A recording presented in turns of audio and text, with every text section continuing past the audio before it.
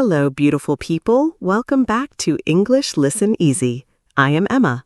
And I am Jack. So happy you are here with us today. Jack, I have a question for you, a personal one. Okay, go ahead. Have you ever completely lost your motivation to learn something? Like one day you just stopped and you did not want to go back? Oh, yes, absolutely. More than once. Tell me one time, a real one. Okay, so when I was trying to learn to play guitar, I practiced every day for about 2 months, and then one evening I tried to play a song, and it sounded terrible, really terrible. Oh no. And I put the guitar down, and I did not pick it up again for 6 months. 6 whole months. 6 months? What brought you back? A friend visited. He saw the guitar in the corner. He picked it up and started playing, and I thought, I want to do that. And the motivation came back, just like that. One moment and it was back. One moment, which is funny because I spent 6 months without it, and then one small moment and it returned. And that is actually our topic today, right? Exactly. How to stay motivated while learning English, because this happens to so many people. They start with so much energy, and then slowly the energy goes down, and one day they just stop. And they feel bad about stopping, but they do not go back, and the weeks become months. We talked about this a little in our episode about why people stop learning English, but today we want to go deeper into the motivation side specifically. Because motivation isn't just about wanting to learn, it's about understanding why it goes away and how to bring it back. And I have some personal experience with this, some embarrassing personal experience. Of course you do. Tell me later. After you share yours. Deal. Okay, you go first. Tell me your story. Okay, so I lost my motivation to learn English once completely, and it lasted about 3 months. 3 months? What happened? So I had been studying very consistently every day for almost a year, and I was doing well. I could feel myself improving. And then a big change happened in my life. I changed jobs and moved to a new apartment. A lot of change at once. A lot. And suddenly, English was the last thing on my mind. I had so many other things to take care of. And I told myself, just a few days off, just until things settle down. And a few days became a week. A week became 2 weeks, 2 weeks became a month, and after a month, I felt so far away from English, like I had forgotten everything. That guilty feeling. Yes, that specific guilt, where going back feels harder than not going back, because you have to face how long you were away. And so you stay away longer. Exactly, and I did, for 3 months total, until one day I was watching something online, and there was a short video in English, and I understood it completely, without trying. And you realized you hadn't forgotten anything. I hadn't forgotten anything. My English was still there. I just hadn't used it. And that moment, understanding that video, it was like a light came on. And you went back? I went back that same evening. Just 15 minutes, but I went back. And how did it feel? Like coming home after a long trip. Familiar, comfortable, a little rusty, but good. Rusty means a little slow because you haven't done something for a while, like a door that hasn't been opened in a long time. Exactly. And the rustiness went away after a few days, and I was back. 3 months, and it came back in one small moment. One small moment, that's all it took. Okay, my story, and this one is more embarrassing. Good. Go ahead. So I decided to use a reward system to keep myself motivated. You know, if I study for 30 minutes, I get a reward, something I enjoy. That sounds like a good idea, actually. It sounds good, so I set my rules. 30 minutes of English, then I can watch one episode of a show I was enjoying at the time. Okay, and how did it go? The first week, amazing. I studied every day. I watched my episode every evening. I felt great.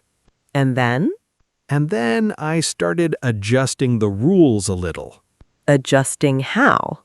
Like 20 minutes is basically 30 minutes, right? Close enough. Oh no.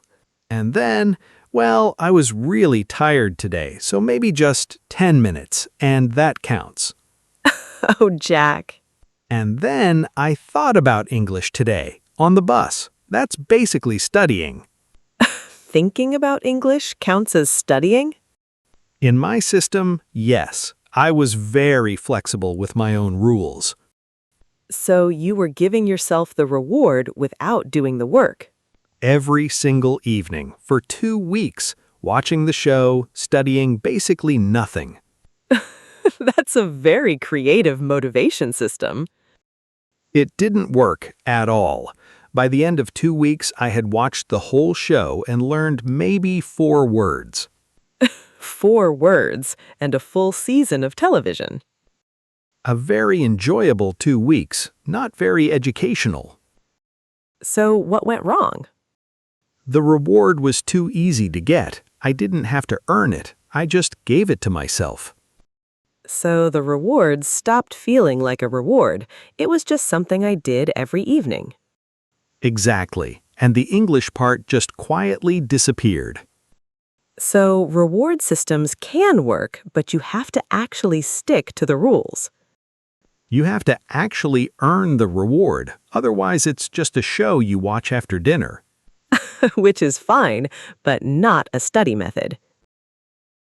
Okay, listeners, quick pause here. If you are enjoying this episode, please subscribe so you do not miss our next episodes. New ones come out regularly, and we would love to have you with us each time. Okay, I want to talk about something that I think is really important: the difference between motivation and habit. Oh, yes, this is a big one. Because a lot of people wait for motivation. They say, when I feel motivated, I will study. And they wait, and the motivation does not come. Because motivation is not always there. It goes up and down, like energy, like mood. But habit is different. Habit does not wait for motivation. You just do it because it is what you do at that time. Like brushing your teeth. You do not wait until you feel motivated to brush your teeth. You just do it because it is part of your routine. And we talked about habits in a previous episode, but I want to say it again here because it is so important for motivation. If you wait for motivation to study, some days you will study, and many days you will not. But if you build a habit, you study even on the days when you don't feel like it, even for 5 minutes. And 5 minutes is enough to keep the habit alive. Yes, the goal on a bad day is not to learn a lot. The goal is to not break the habit. Just open the book, just listen to one thing, just say 3 sentences in English. That is enough. Because tomorrow might be a better day, and the habit is still there, ready. And this is what helped me after my terrible reward system experiment. I stopped using rewards, and I just made English part of my morning. Like coffee? Like coffee. Every morning, not optional, just this is what I do now. And it stopped feeling like work? After a few weeks, yes, it just became normal, part of the day, not something I had to decide to do. That is such a good shift from deciding to just doing. And when you stop deciding, you stop talking yourself out of it. You just do it, and that changes everything. Everything. Okay, I want to talk about one more thing. What is it? Why people lose motivation specifically with English, not just learning in general. What do you think? So English is different from some other goals. Like, if you go to the gym, you can see results. Your arms get stronger, your clothes fit differently, you can feel the change. But with English, the progress is invisible for a long time. Exactly. You study for weeks and you still cannot watch a movie without subtitles.